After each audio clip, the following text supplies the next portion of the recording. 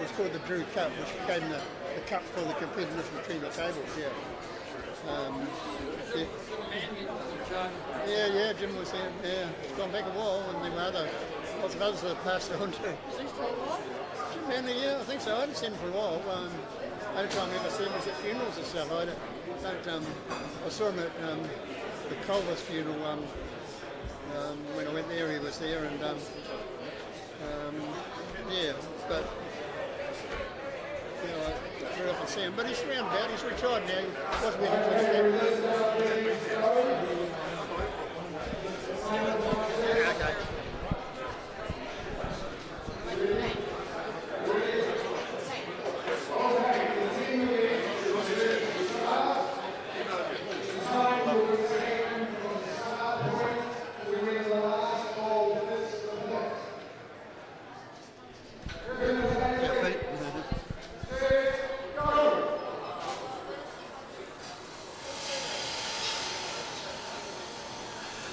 So, Don, I had this vision of two lots of chisels working at the same time. Thankfully, that's not happening, right?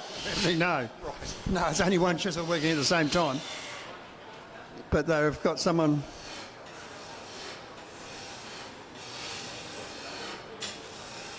Is there a limited amount of time that any one competitor is allowed to work on the lathe? No, just that they swap over. One will do the outside, one will do the inside. That's how I think they work it. I haven't seen this before myself, so I'm not what they're actually doing here, but I think one's going to shape the inside of the lathe, they'll turn it over, and the other turner will take over on the inside. So what you're saying, Don, is you've made up a competition that you're not sure about the actual rules. You didn't make the competition. They're doing the outside and then the inside, they do each turner. How they're switching over. Yeah, no, they've got to do the whole bowl, and then once that bowl's finished, the next turner starts. Oh, I've made a mistake. Okay. So just because you've got a microphone as well there, John. So the competitors make a bowl together, then they have to make another one, and the two bowls have to be identical?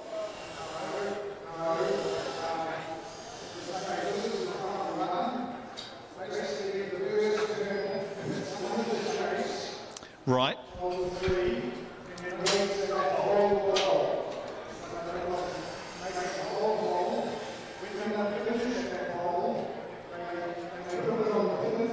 Yep.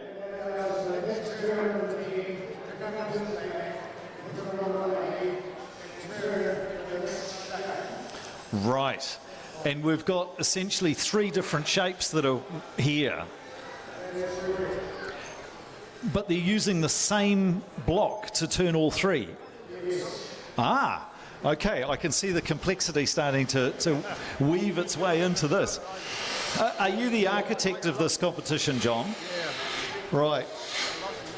John is the cunning genius who has devised this fiendishly complex competition.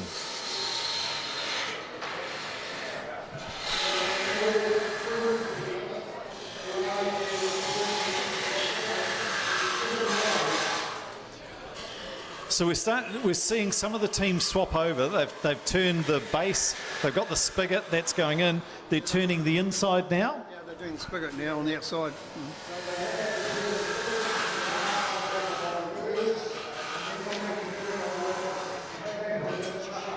Right.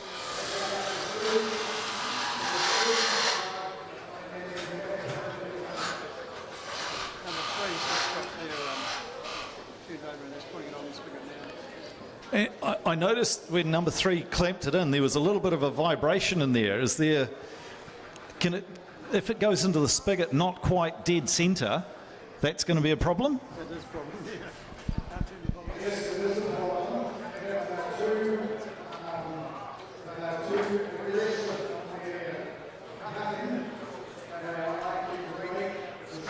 Right.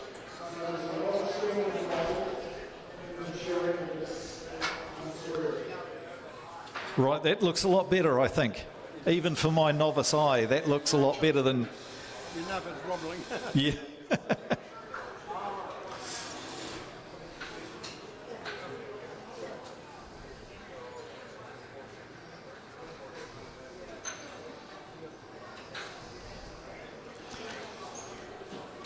And I'm thinking for all of those, all of us watching, you know what this is like when you're doing a task that you've done 100 times on your own, and as soon as someone watches you do it, you're guaranteed to drop the chisel, drop the drill, do it upside down, back to front.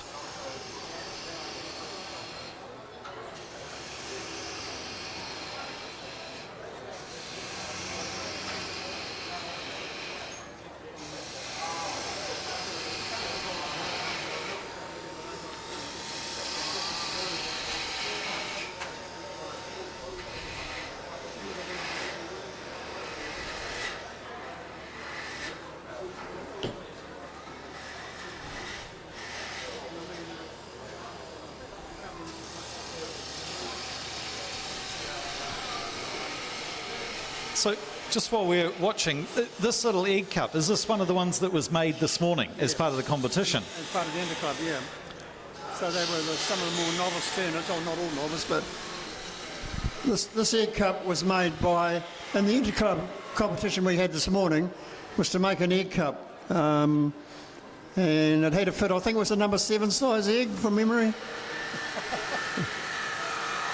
Yeah. And that one was the disaster one, must have come off the lathe. So everybody gets there. I suppose the beauty of it is, if it's no good, you can just use it for firewood, right? Yeah, exactly. You can.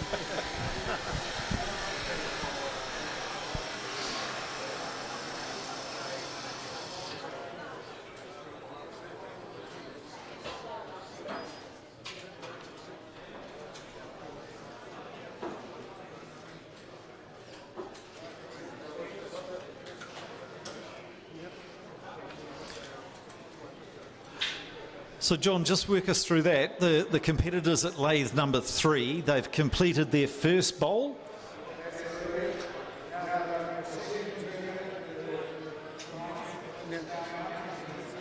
Now they bring another tuner on.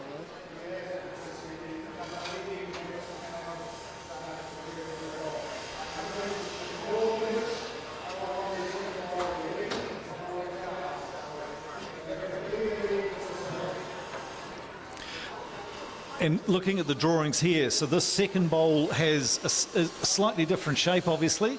Doesn't have the little lip that flares out at the top.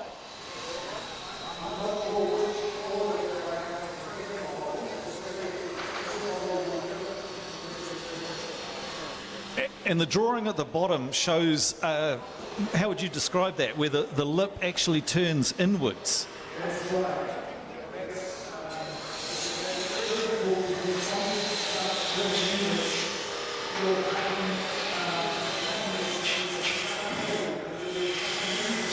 Yep.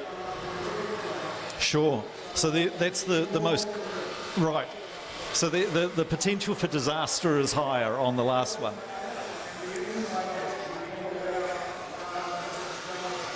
Right. It's quite a different technique that we'll see. Will most of the competitors leave the most difficult one for last?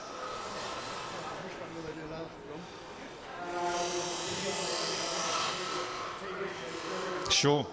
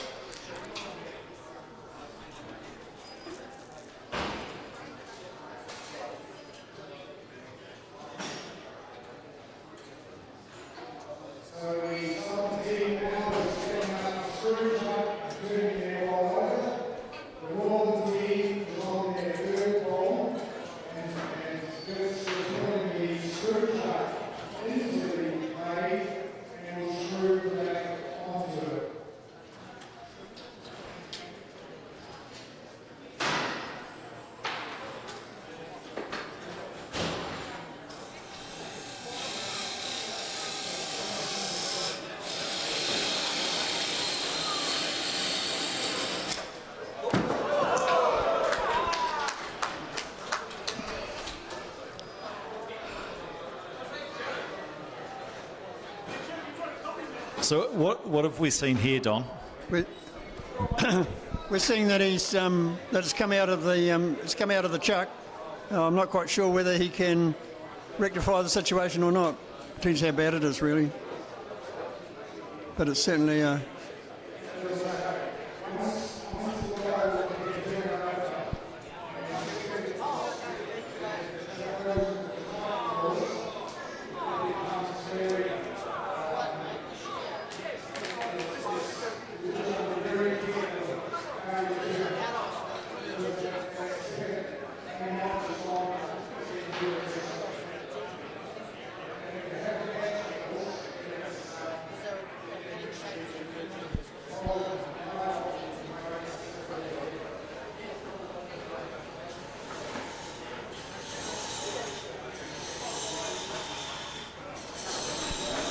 And time is still a factor in this competition, isn't it? So time is still a factor in this competition. it's a factor, but it's not the total.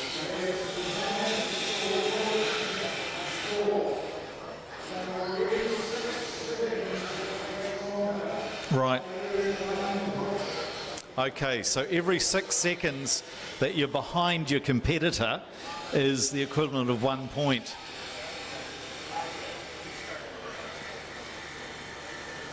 They've managed to get it back in the machine though. They've got the bowl back on the lathe, right? So they're able to continue, which is tremendous.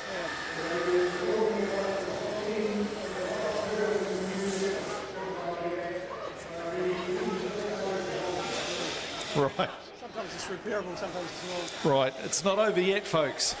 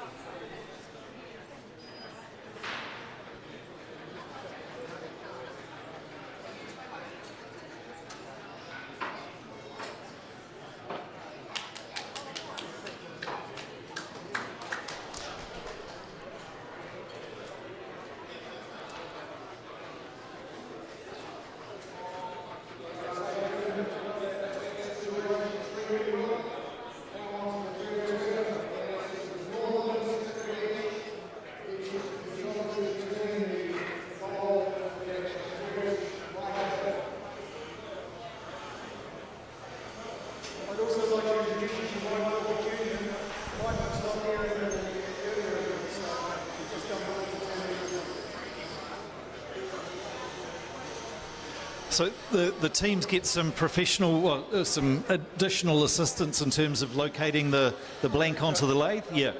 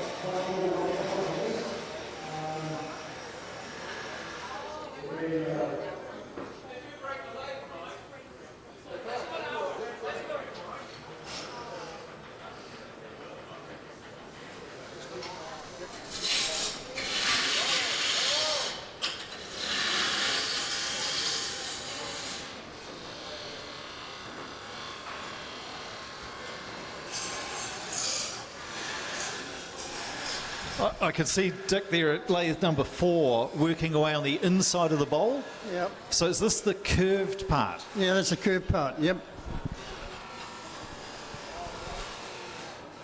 What's the like, what are the tricky points here? What are the hard things about that? Oh, trying to shape it in. I imagine he's doing this shape here. Right. He's trying to shape it in without, and get the consistency in the walls of the bowl. So he's trying to shape it The big thing about bowls is that they've got to be a similar shape on the inside as they are on the outside. Right, so again, that's part of the judging, that consistency. Again, I know it feels like a terrible, terrible waste of some beautiful work to cut it in half, but it's a great way for the judges to tell whether or not the wall thickness has a consistency and evenness between the inside and outside surfaces.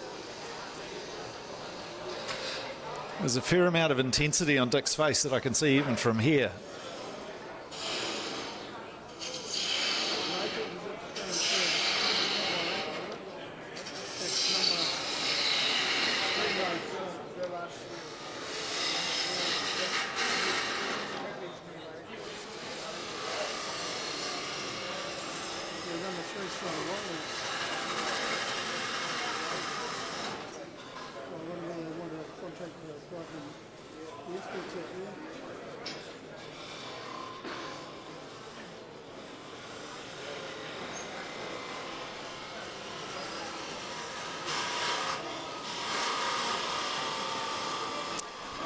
Am I right in saying that trying to get the chisel towards the centre is quite nerve-wracking?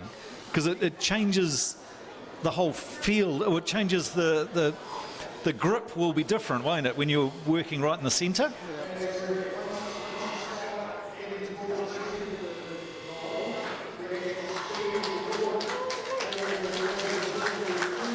Right.